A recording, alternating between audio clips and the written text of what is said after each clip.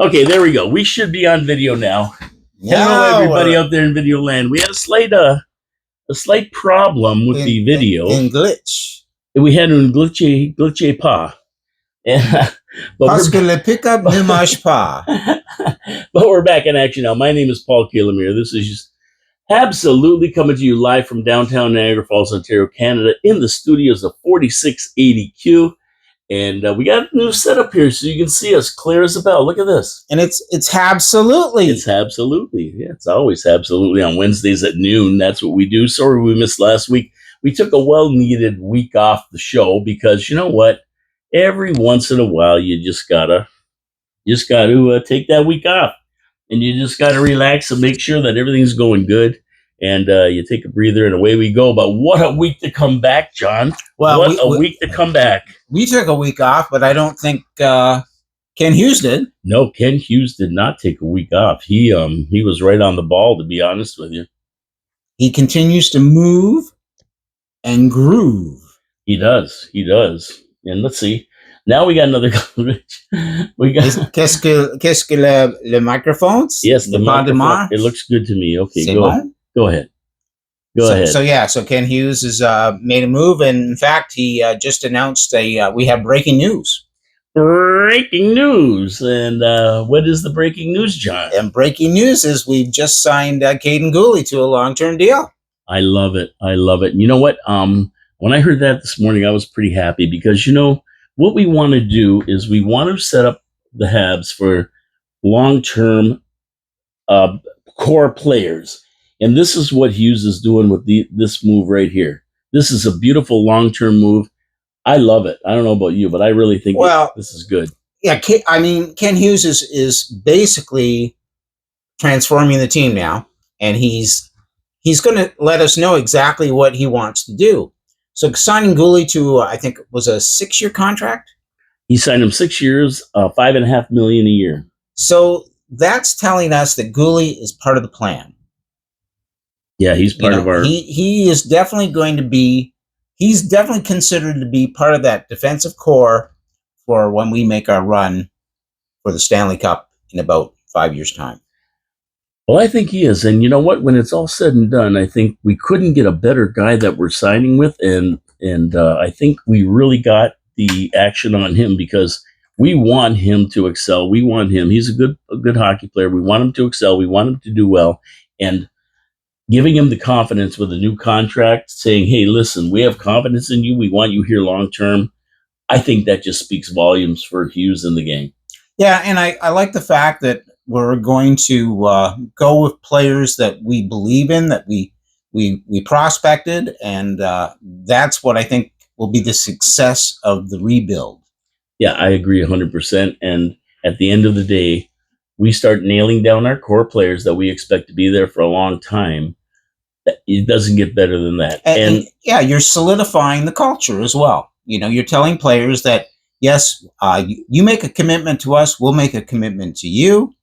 And that leads to success because people enjoy going to the workplace, basically.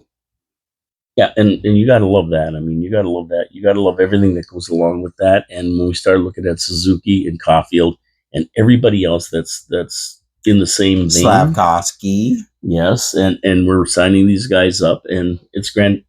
And on the as we were doing Guhle, of course, yesterday or the day before, maybe on the weekend, I can't remember the exact date, but we learned that Barron and Jack Guy were signing up to long-term contracts. Well, they were like 2-year contracts, I believe, right? Yeah, 2 years, but that's a good little bridge to make sure they're going to perform and they're going to do well. But even more important, those contracts they signed for the 2-year deal are beautiful entry level number 1 and tradable number 2. If we're going to sign Guhle long term, and we've got we're going to go through all the players that we've got coming up in defense, but this gives us so many options to move them if we are going to make a move on somebody else. I think we're telling those 2 players that we'd love you to be with our team, but we need you to raise your performance level. Yeah, so it gives them the chance to step up. Absolutely. So they have that option. It's there for them. Yep. It's totally up to them in a performance standpoint to say we want to be with the Montreal Canadiens. Yeah, and it really gives us a lot of options as far as moving to look for that guy that we may want to pick up. But we'll talk about that in a minute because we'll get on to that. But this is great news. These signings, believe me, and we're going to talk more about them later. But what I want to do first is get into trivia. Habs trivia. That's right. How did I know that? Because we do it every week. How you doing? There's Joe going by, a big Habs fan. Yeah, I don't know if he is or not, but well, he's got Montreal blue on. He's got a Lamborghini, so I say yeah, he's a Habs fan. He's a Habs fan. Yeah. Anyway, okay, so let's do this now. You should know this, John. Drew Deeks would not know this. I would say Drew would not know, but John Fillion would know it. Jacques Plante. Jacques Plante. Oh boy, that's got to be my favorite goaltender, right? Yeah. Well, let's just pretend Drew's here. Do you know who he is, Drew? No, I don't. I don't know. No, I think Drew's got to know who. He's got to know who number one is. Come on, exactly. Yeah, exactly. The man behind the mask. Even Drew Deeks knows who Jacques Plante is. Just kidding, Drew, by the way. We miss you here. Let me put it that way so we talk about you. But anyway, he was a legendary goaltender for the Montreal Canadiens, winning 6 Stanley Cups, including the legendary 5 in a row. 5 Stanley Cups in a row, yes. And at the end of the 50s, that's when they won the 5 in a row. He was also the innovator of the goaltender mask, was the first goaltender to play the puck outside of his crease. Yeah, I mean, he revolutionized the way goaltending was being played, really. He absolutely did. Stopping that puck also behind the net was a big thing that Plante did. Yeah, and he also was inducted into the Hockey Hall of Fame in 1978.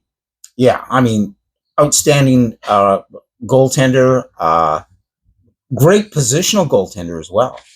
And, Plante wrote many books, actually, on the art of goaltending. Yeah, he was, when you talk about goaltending, the first guy I think about is Jacques Plante. Absolutely. And Drew is listening, by the way, and he says, hello out there to all the Habs fans. Oh, okay. Hi, Drew. How you doing? Too bad you couldn't make it in, because I know you would get this one. You're on a roll. You had 4 of the last 5 trivia questions right. That's right. We put an end to that, the hat trick. We stopped the hat trick. Okay, so who was the last team that Plante ended his illustrious career playing for? Well, that is a good question. I've got 4 choices here. Okay. Right? Toronto Maple Leafs, Edmonton Oilers, St. Louis Blues, or Quebec Nordique. Boy, that is tough. That really is tough. I mean, in my mind, I can see Jacques Plante right now playing for the St. Louis Blues. And I can see Jacques Plante taking a puck off his mask, I think against Philadelphia, on like a Sunday afternoon NHL playoff game, and him going down for the count, and Glenn Hall being inserted into that net. So I'd like to say St. Louis, but I think it's a trick question. I really do. Okay. So that's fair. Quebec Nordiques would be a nice ending because it's in La Belle Province. Edmonton Oilers, I think, is probably the more realistic answer. And you are correct. Merci beaucoup. Now, there's a glitch to that, though. And Plante finished his career in the 74-75 season playing for the Edmonton Oilers in the new WHL. Ah, there you are. So there's the glitch. So he finished off in the WHL with Edmonton Oilers, who was part of the new Western Hockey League that started in 1971. Bobby Hull was the Winnipeg Jets. Yep, exactly. And interestingly enough, Plante retired in 65, but was persuaded to return to the NHL to play for the expansion St. Louis Blues. Like you said. Yes. In 1968, he later played for the Toronto Maple Leafs in 1970, Boston Bruins in 1973. Hard to believe he was a Bruin. Hard to believe. Best goaltender they ever had. Absolutely. And then joined the new WHL for the 73-74 season, coaching the Quebec Nordique. Wow. He coached the Nordique for a year. Then moving to the WHL Edmonton Oilers for the 74-75 season, he played his final games in goal. I think he retired to like Sweden or Switzerland. Switzerland's rings a bell, or was that Jacques Lemaire? No, I think it's Jacques Plante. I think Jacques Plante. I think he passed over in Europe, as I recall. Okay, we'll have to look that one up. We'll look that up about see. That. But yeah, I mean, I can see like Plante was so basic. I mean, back then goalie sticks were like a piece of wood. You know, they were lumber, and it was a heavy stick, and it was like straight lines. You know, very very straight lines. You know, now goalie sticks are curved. There's all sorts of flair to them. You know, Plante played with a straight blade, and so he would drive the tip of that blade into that back board behind his net to grab that puck that was being fired around the boards, and he really made that part of the goalie's arsenal, as well as the responsibility to stop that puck and gain control for puck control for his team. Yeah, he was the guy who innovated that, and goalies never came out of their crease. Basically, they sat in their crease. They stayed in their crease, and that was basically it. They, the puck came to them, they shot it in the corner, did whatever they did. But when the puck went around the net, the defensemen were responsible for going and getting it. Absolutely, and they stayed in their net. But Plante made this weird innovation to go out and stop it from going around the boards to the other team and leaving it for his defenseman. He gained puck control. Yeah, and goalies started doing that because, the guy won 5 Stanley Cups in a row. How are you going to argue with the way he plays, right? Exactly. And the other thing he did was, like when Plante got down in his stance, that blade was on the ice. The glove was, the catching glove was close to the ice. Everything was tight. Like when he hugged a post, he hugged it. Like there was no room between for a puck to actually get in. It was a different style of playing goal, but he was very stylistic that way. If you go back and look at hockey cards of Jacques Plante, just the way he posed. And then the innovation of, getting hit in the face constantly by I shouldn't say constantly, but frequently by a puck and getting cut and breaking bones, cheekbones, losing teeth. He said, I've had enough of this. So he went out and he started putting a mask on. And Toe Blake was not a big fan of that. In fact, Plante would wear that mask in practice constantly, but was not allowed to wear one in a game until he did take a blast one night in the face during a game. Had to go leave the game. The game was put on hold as Plante got stitched back up, and he came back out with a mask and said, "This is what I'm doing. If you don't like it, pull me." And of course, Toe kept him in the net, and that became history. And I think it became a postage stamp. Yeah, no coach in their right mind will pull Jacques Plante for wearing a mask or doing anything else. Almost, believe me, I always remember Jacques Plante being very acrobatic, making those big saves with the glove, and just being very acrobatic, quick. He wasn't really a big guy. Was not big. Yeah, not like Ken Dryden, like that kind of thing. But he was very acrobatic. He could move around. He was agile, and he just got from post to post, and he made great saves all the time. This guy, absolutely, he was a real student of the game. And you talk about winning 6 Stanley Cups. 5 in a row with the Habs. He won 6 Vezina trophies in a row. Yeah, so during those 5 cup run, he also won the 6th Vezina the year after. Amazing, just an amazing guy. But anyway, he finished with Edmonton Oilers of the Western Hockey League. That was how he ended his career. And when I saw this question, I would have never ever thought of Edmonton. I recall him being in Edmonton. Yeah, I don't remember that, but there you go. And the other thing about Plante too was he innovated that mask. So the first mask kind of looked like Phantom of the Opera. The second mask was more pieces of fiberglass, kind of like a weave of fiberglass that he used. And then he came out with a different rendition. I guess it would be the Mark II Jacques Plante mask that looked a little more Phantomish, but was a pure one piece of fiberglass. Was that with the holes? With the holes, exactly. You see that a lot of guys have saws. They run around with chainsaws in that mask. Yeah, Jason. And so that's the Jason mask, I guess. And then the next mask was the one that Bernie Perrant was famous for wearing, which went to the back, like around his ears, all the way like a cowl covering up his face, and was angular, so that if a puck did hit you, it would kind of more glance off that mask. I actually have 2 Jacques Plante masks. That's like because that's what I wore. I wore a Jacques Plante mask when I played ice hockey. You got to bring them in. I definitely will the next time. In fact, today I wore my goalie T-shirt. Well, there you go. So there's the goalie T-shirt, and it's one of my favorite French artists who put this together.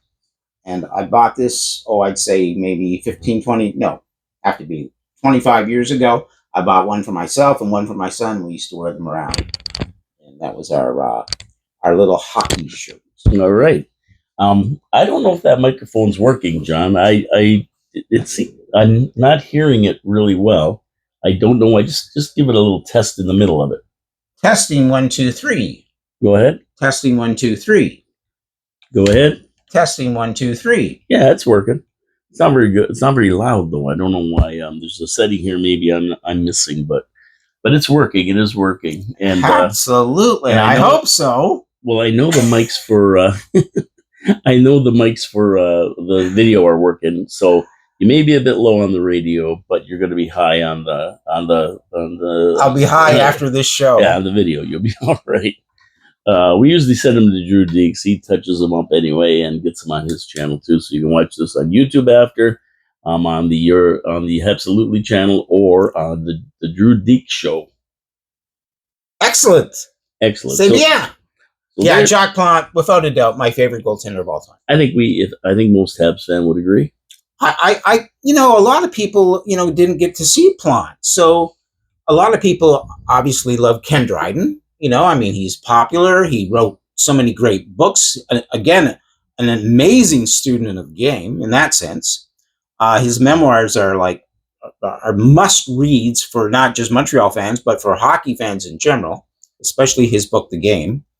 As well as our St. Patrick. The wink is one of the most famous, iconic moments in hockey.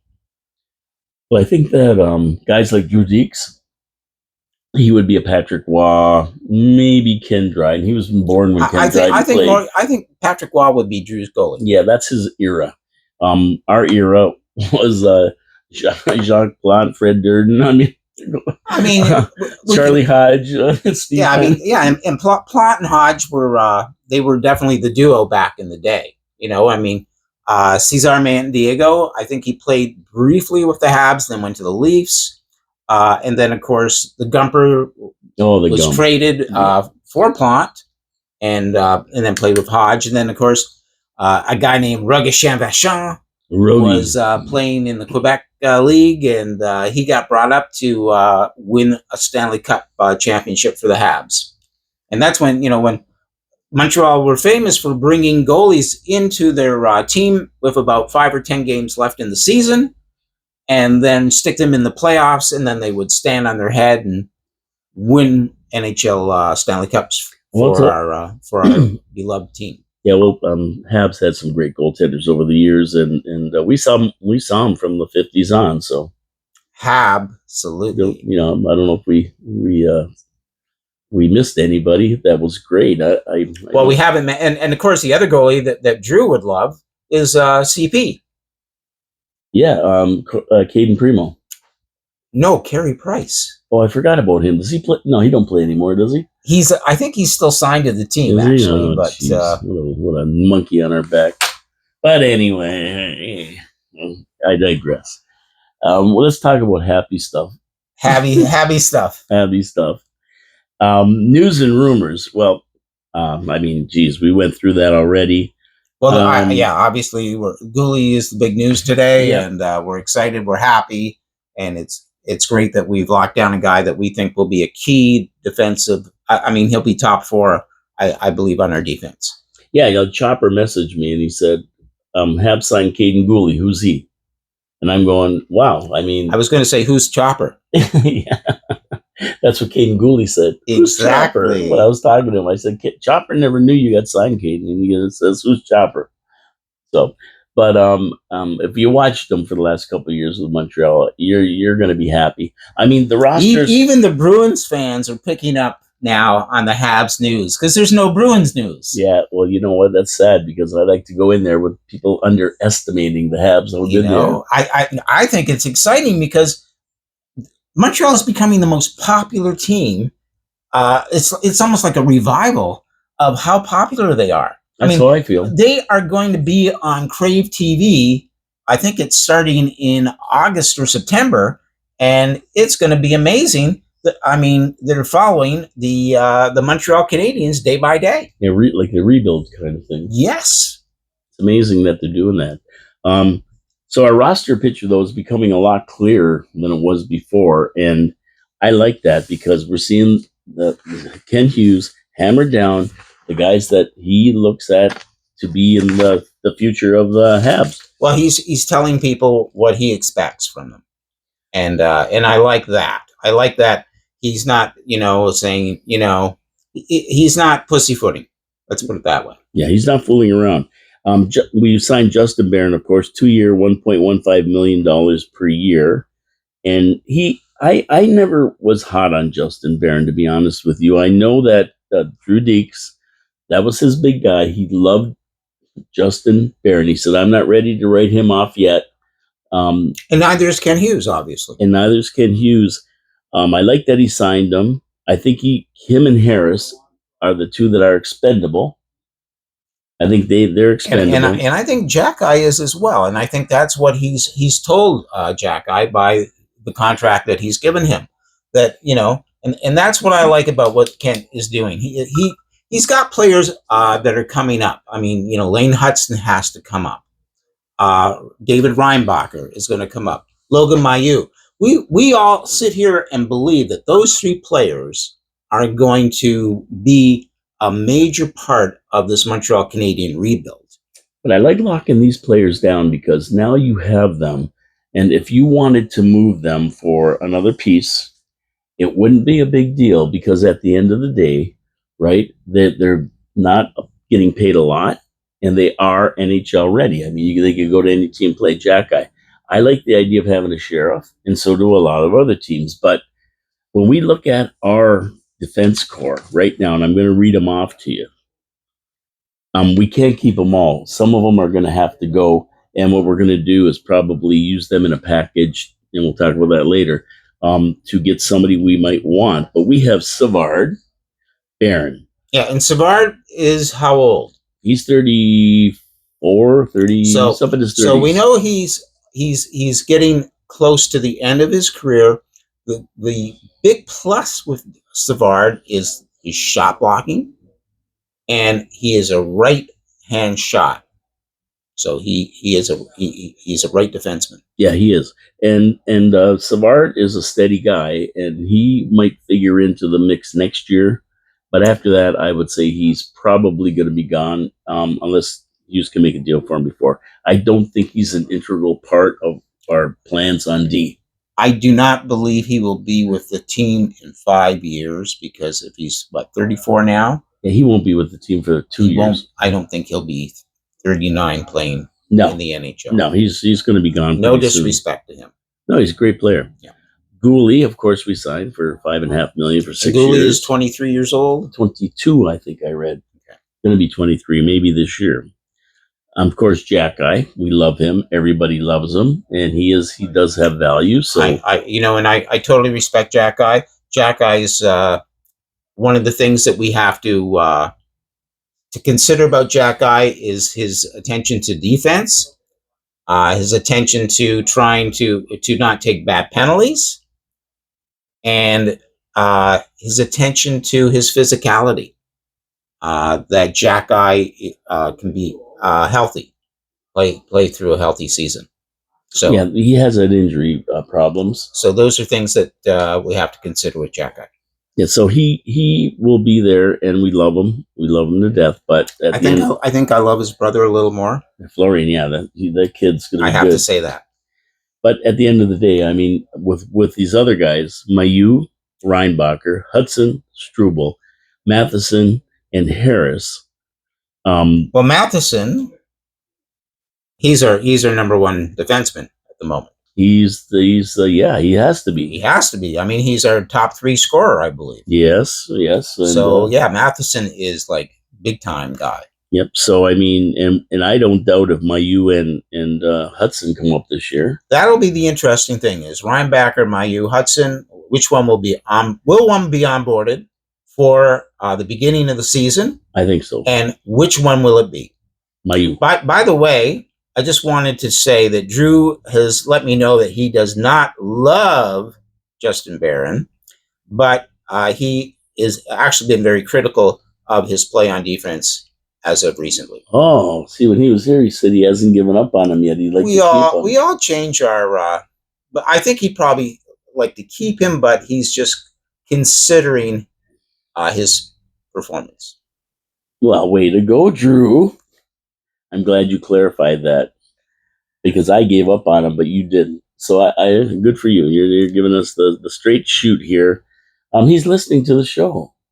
Absolutely. Well, why wouldn't he? Why wouldn't he be? Everybody does. Come on, man. Yeah. Exactly. Come on, man.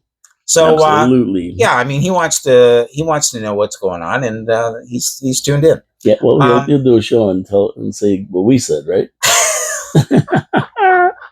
We love you, Drew. We're just giving it to you. If you were here, we'd say the same thing. Absolutely. So that's the way I see that. So you think it's going to be Mayu? A lot of people think it's going to be Hudson. I think so. It definitely won't be Reinbacher. I think both of them. I believe Reinbacher is going to spend a year in Laval getting used to North American ice surface. I really do. Well, that's good because he needs it, right? I mean, I think it's great. I think it's a great. It's 2 things for him as well. He's also got to get used to a lengthy season, and I think that's going to be Hudson's objective as well too. Is because he does.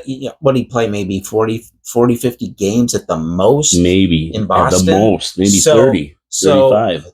That'll be his biggest dilemma is being able to play the 72, 80 game schedule, whatever. Yeah, that's tough night after night. So absolutely. So you might see them go up and down too. You never know. That's a very good point.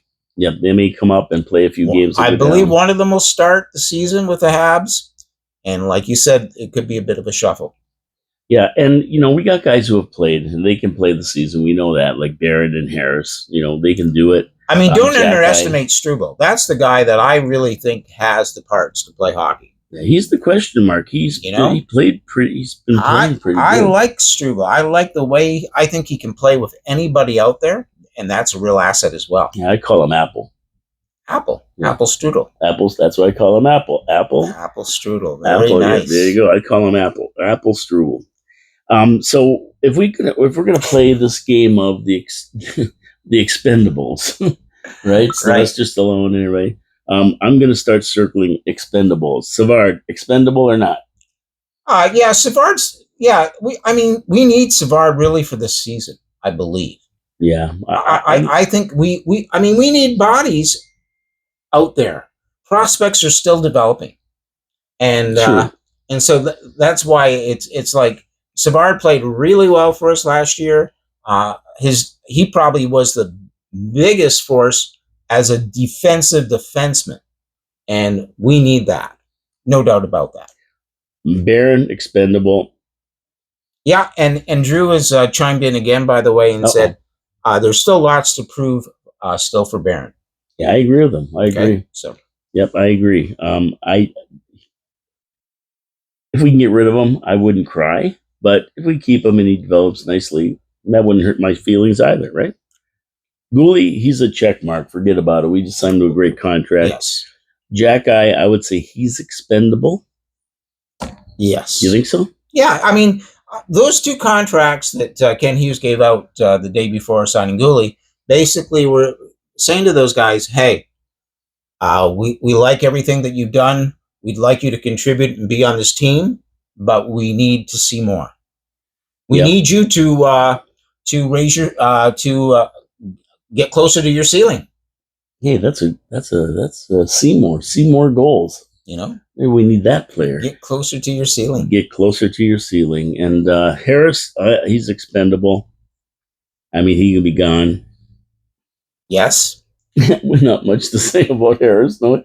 But I'm going to tell you why that's important. Mayu, he's a check mark. I mean, we're keeping him. He's playing. Well, Mayu is a guy that we are expecting to be in the top 6 for sure. Absolutely. Okay? Absolutely. Reinbacher, we expect to be in the top 6. Hudson, we expect to be in the top 6. Yep. So Struble, expendable or a keeper? I like Struble right now. He is expendable, without a doubt. But I think Struble could develop into being a great defenseman for some team in the NHL, if not the Canadiens. Yeah, I enjoyed him when he played. I thought he played some good games. He had some times when he was a little bit wonky, though. But overall, I think if I had to say there's a guy developing into a solid defenseman, it would be Struble. I think at times over the next 2 or 3 years, you're going to say Mayu, Hudson, Reinbacher are a little bit wonky. But the concept is that over those next 2 or 3 years, they get seasoned enough that in 5 years' time, they're steadfast. And that's what I see from Struble. Struble had a lot of good ice time last year. He did some really nice things. He was good at clearing the zone. He's a great passer, I thought. But of course, at times, pressure is pressure, and you put enough pressure on someone with 1 or 2 guys coming down on you, things are going to happen. You're not necessarily always going to win the battle.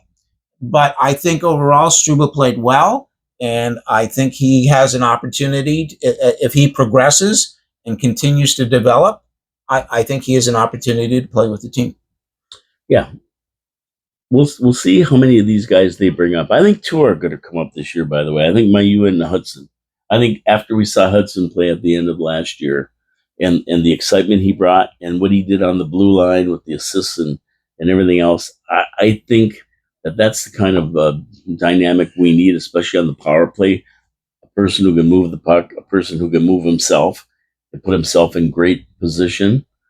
I think this is fantastic.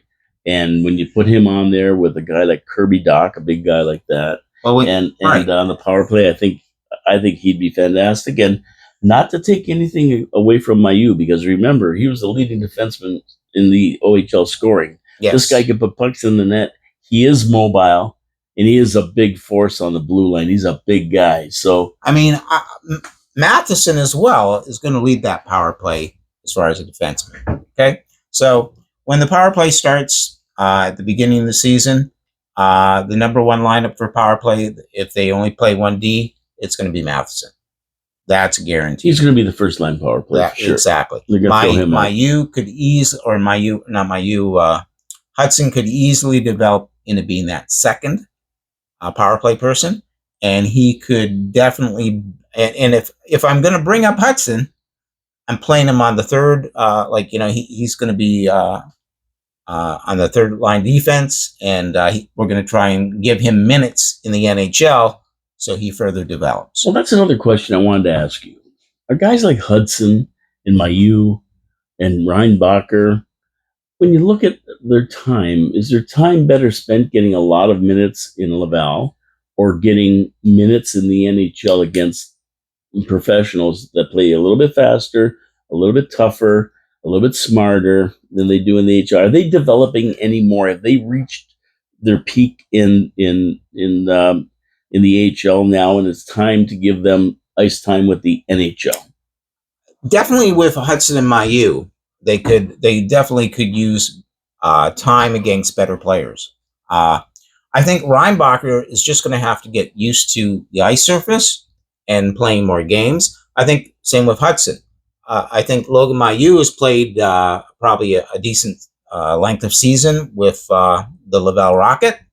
But I think Hudson might be just a titch further ahead with his defensive play than Mailloux, and also the way he plays defense. The fact that he has that offensive notch.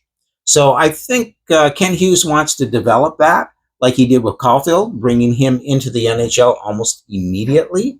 I think that's how he's going to see Hudson. I think Mailloux could maybe, like you say, be more of a platoon type defenseman. We know there will be injuries during the season, and that may very well be when you see a guy like Mailloux come up immediately from the AHL. I think Reinbacher, it will serve him well to spend a season in Laval playing on North American ice surface. I agree with you. I think he's going to need that. He's going to need that for his development. The other two, they're used to this surface. They've played in every OHL league, and now the AHL, they've already done it. They know what it's all about. Yeah, they are developing, and that's what we need. I mean, we need players now to gain NHL experience. For a team, if we take a team like the Geezers up the road, they've got, 3 or 4 players that are there every game that we expect can do wonders.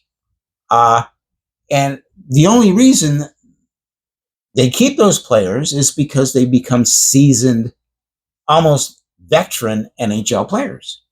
And so to become a veteran, you need to spend time playing in the NHL. And so for us to make that playoff push, we need players who have 3 to 5 years experience playing NHL hockey consistently. Yeah, and that's the stage that's the stage that we're in. You can't bring. I mean, you could, but it might not be the best way of putting a team together. Is have 7 rookie defensemen basically, playing in the NHL. Yeah. We've got that kind of depth in prospects that we've drafted, but so now it's a matter of Matheson, Savard.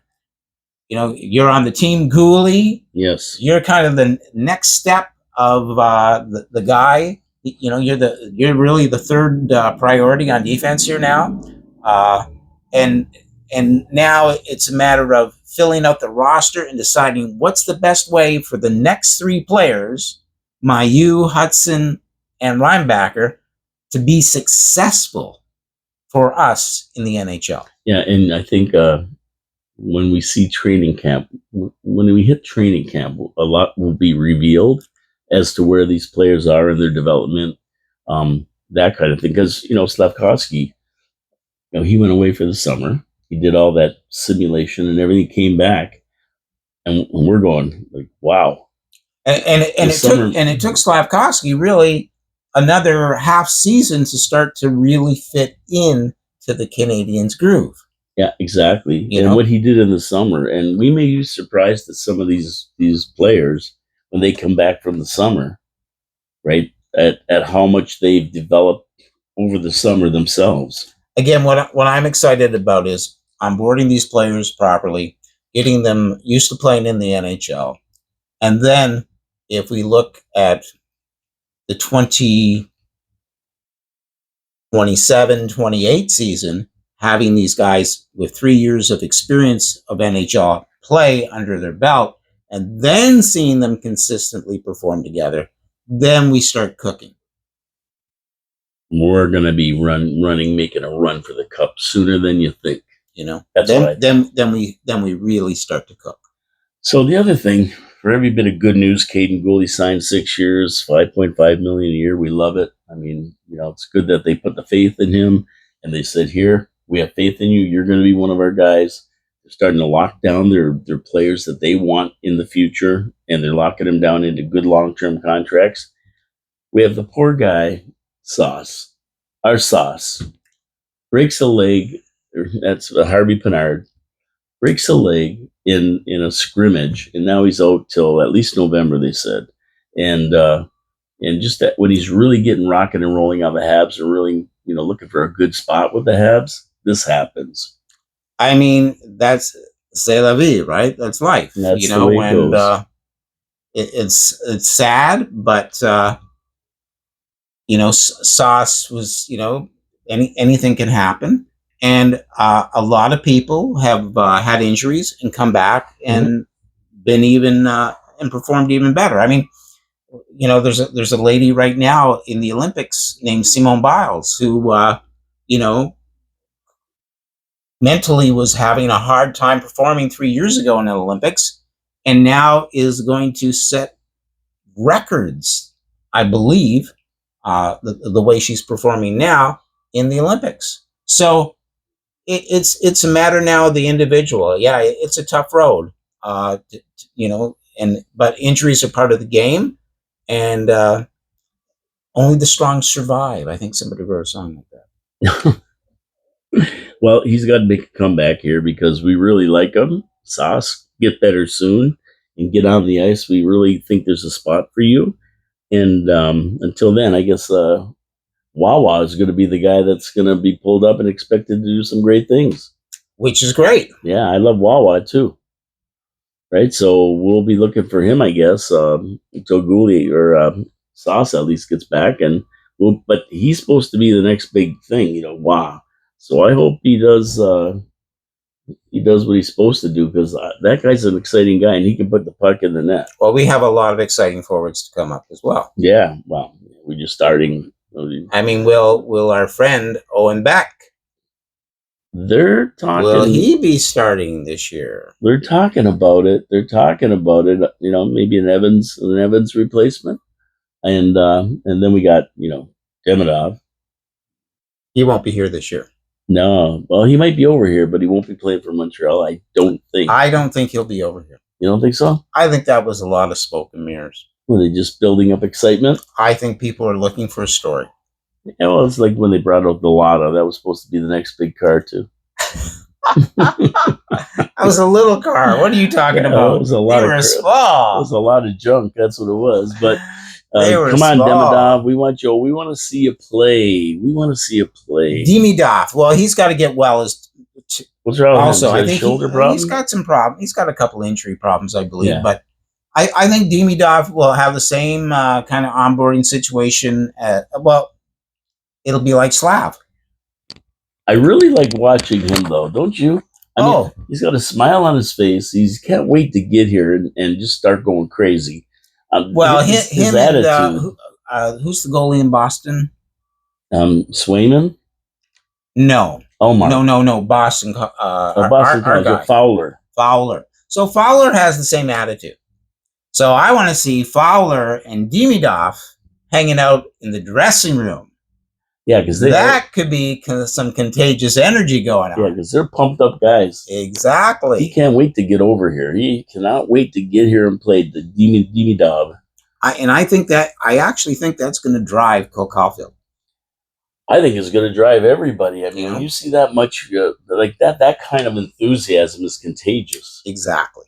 And we saw shades of that with when PK Subban and Carey Price were playing, and after the games, They do the guy that played goal for Montreal for a few years. The outstanding goaltender we had for like 15 years. And then they did the low five and everything, and after every game, it was like they were so happy. I love that right there. I really like that. Until the coach put a quash on and said, "Don't do it anymore." There's nothing better than going to work and enjoying it.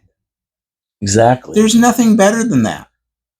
Like up the street, I don't think there's a lot of enjoyment in that building when the playoffs come. I think those players are fine with the regular season. As soon as they hear the playoffs are coming, I think they all run. Yeah. Oh no. We made exactly. it. Oh no. Exactly. Now what? Oh, it's going to be Abuse City. And so with the Habs, they're building this whole different style, and it's we've seen it all through the summer. Everybody wants to hang with everybody. Well, Suzuki and Caulfield, I think they're in the Bahamas now hanging out. You gotta love it. I gotta love it. I wish I was there too. I think Drew Deeks went with them. Too bad he didn't. He could have gotten exclusive for us. Could have got a tan. Absolutely.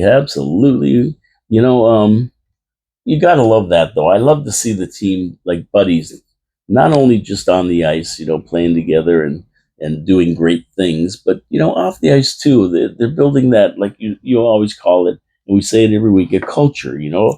Like you're playing for each other, and when you start playing for each other, how do you beat that? So you're building this younger core, and you're telling them that, and that's why you're not going out and just picking up a free agent just for the hell of it, because a free agent might not fit in with that team, might not fit in with that dynamic, spells the wrong message to all these players about the work that they're putting in. Now, in saying that, the Oilers, I think, just re-signed the other CP. Who? Caden Primo?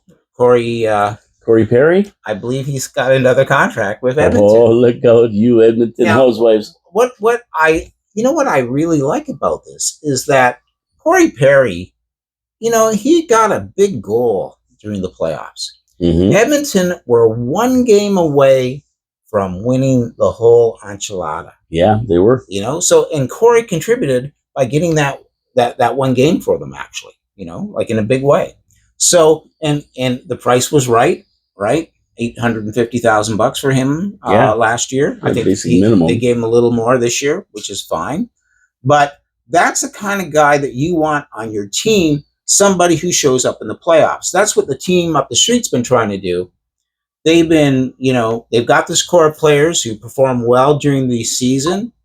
Then they go into the playoffs, and they try to bring in a couple of veterans, but nobody can take them over the top. And the difference, too, was that core of players that the Oilers have, like the Draisaitl and the Connor McDavid, they delivered. They did show up for the playoffs, and that's why Edmonton were where they are. We need to be able to build something like that. Like, forget about, it's too early to be thinking free agency.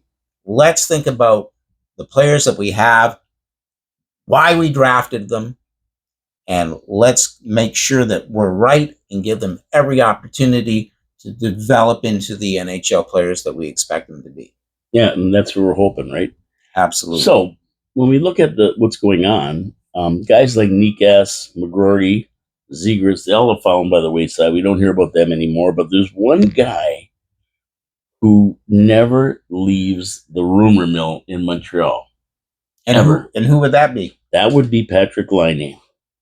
And they're talking about him to the Habs, and we've been talking about him for months now. He's the only guy who hasn't floated out of the thing. Well, Nikas got signed again, and McGrory's he seemed to be a pretty weird type of guy. And I don't know what happened to Patrick Linus is where? He's a total free agent? Columbus. No, he wants out, and they want to get rid of him. So, he's got 2 years left on his contract. Trade. Yeah. And what the Columbus is looking for are prospects and picks.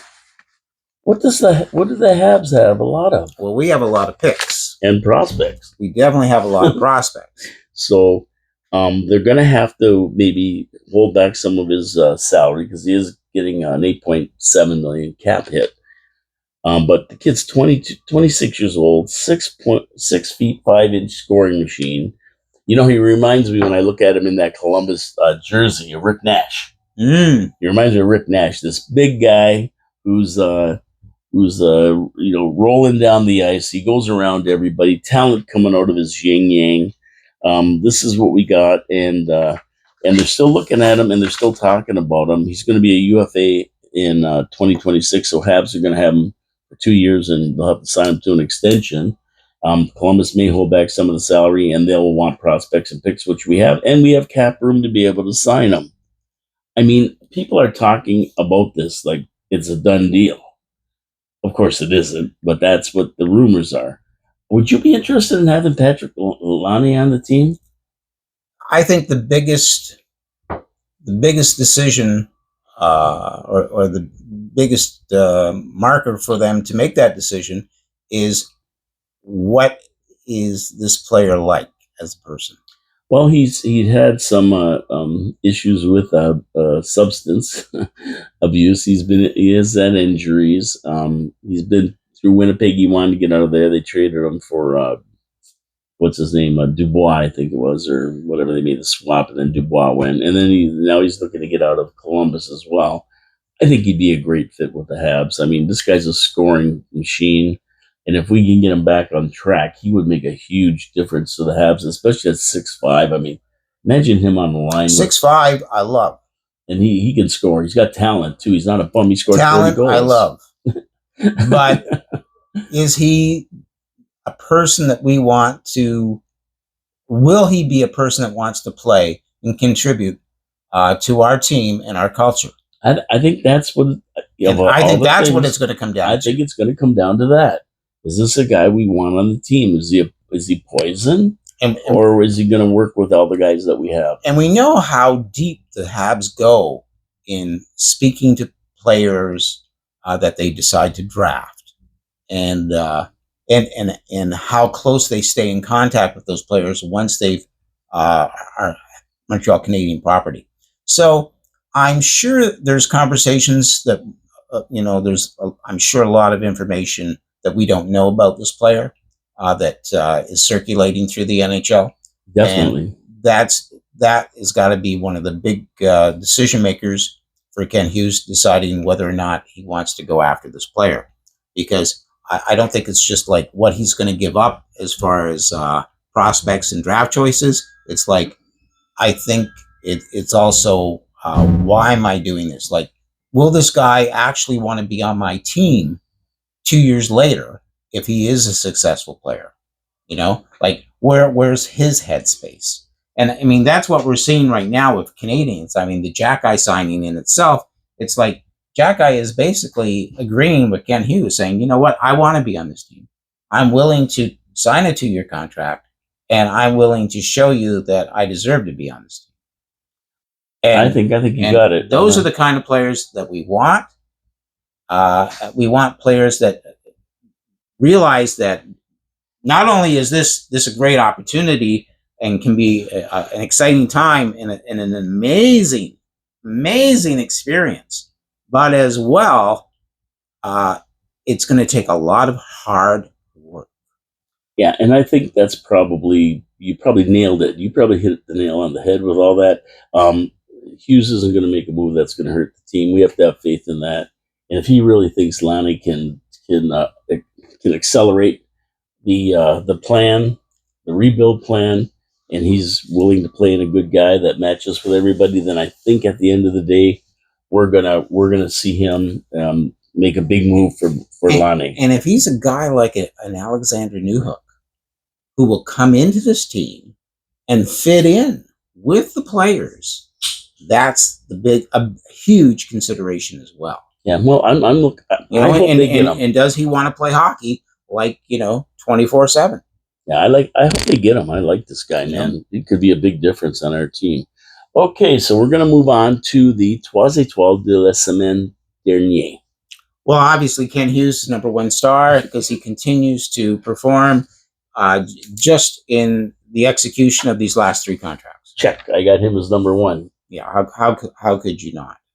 I never had a number 2 or number 3 though.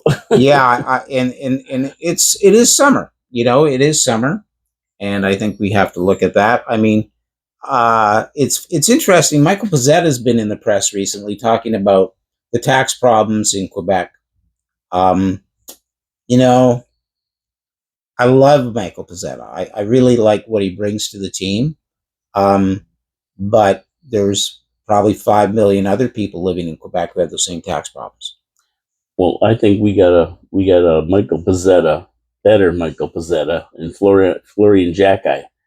Pez, if you don't like the tax situation, my advice: go apply for a job in Florida, Tampa. They don't pay any taxes down there. You're going to be happy. You're going to be in nice weather. You can golf all the time, and your googly eyes will work for Tampa.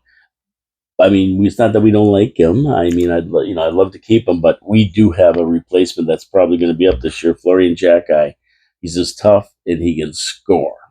I mean, I think Pezzetta knows maybe that his time is coming, and he's probably just signaling to people that he's ready to play on another team, i.e., you should try and trade for me. Yeah, well, you never know, right? You don't know. You don't know, but but I can see that. This team, there's a lot of speculation out there that they're going to be onboarding only one other forward this season. I think they got to make it at least two more, and they got to start to move the process and give those players NHL experience. so who do you think the two are? Well, I guess Heineman, right? Okay. And I think Beck should be brought up. Everybody's talking about Owen Beck all the time. Responsible, smart, can score goals, make plays, two-way player. I don't see Beck not coming up. I think he's going to be brought up if he has a good training camp. Of course, that always says a lot, right? If he performs in training camp. And I think you see him start with the Habs. Whether he's going to stay up or not, I don't know. I mean, that'll be up to him. Right. But at the same point, I think he needs NHL experience at this point. I think he's achieved everything he can in the OHL. He has. I don't know if he needs to go to the AHL. I don't think he's like we're not expecting him to be a first line player. No, we're expecting him to be third or fourth line center, and the guy does win faceoffs. And you watch, they won't have any problem sending him in with 2 minutes left in their own zone to take a faceoff. They won't have him any problems with him. I think running the PK. No, not at all. Not at all. He's that good. He'll be there. Like I say, he kind of reminds me of a mechanic. He's kind of good at a lot of things. You know, he's a journeyman. He's good at a lot of things rather than being a scoring expert or defensive expert. Or I mean, I know we've got Gallagher, Anderson. We've got to consider them playing minutes for sure. Dvorak, Armia. Armia, it's another guy. But Armia, I think, has a golden opportunity to be great.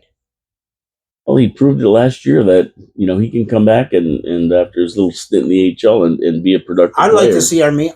I'm hoping Armia has a better season this year than last year. But he's not going to break the top six, do you think? No, but we don't need him to.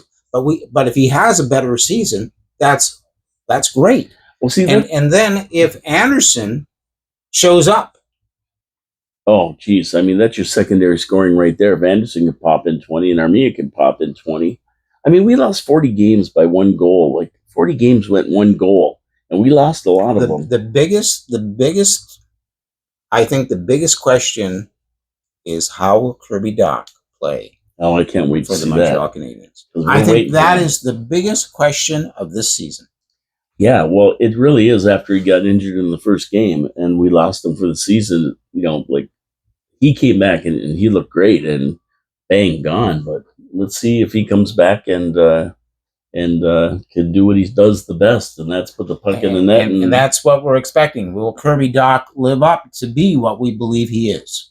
Yeah, that's going to be second line. Dach Newhook and who's going to be the center there? Dach Newhook and so you have Dach Newhook and Joshua Wall, right? Yeah, who's the center then? Who's the center? Kirby Dach is the center. Dach is the center, right? And so if you have Dach as the center on that line, and like I say, now that we've signed Guhle, to me, the performance of Guhle and Dach will be the most one of the biggest things to watch in the first 30 to 40 games. Not to mention Cole Caulfield getting 40 goals. Absolutely. I'm looking for him to get 40 this year. That would be amazing. Yep, we're looking for Suzuki to get his 85 points. We're looking for that line to click. Yep, we're looking for that line to be consistent. We're looking for another Jeffrey Beliveau, Dickie Moore line. Dickie Moore. Drew Deeks. Dickie Moore. Dickie Moore was the guy. Anyway, on that note, we are getting out here. It's 1 o'clock, so we're going to be saying au revoir to everybody. Thank you for listening in. Watch this video on YouTube. Go to YouTube. Thank you, fans. Thank you for all your support, all your likes, all your comments. Give us a thumbs up. Subscribe. Get that notification bell going so you know when we drop another video. And you'll be able to see this one on YouTube. You'll be able to see it on the Drew Deeks channel. So we're gonna do it all. It's gonna be all there. So and send us your comments. Go Habs, go. Yeah, send us your comments. I mean, if we're wrong on anything or you don't like what we said, please give us your comments because we do read them, we do reply, and we'll be better. We'll be better because of our audience. That's we'll be better. The Habs are getting better.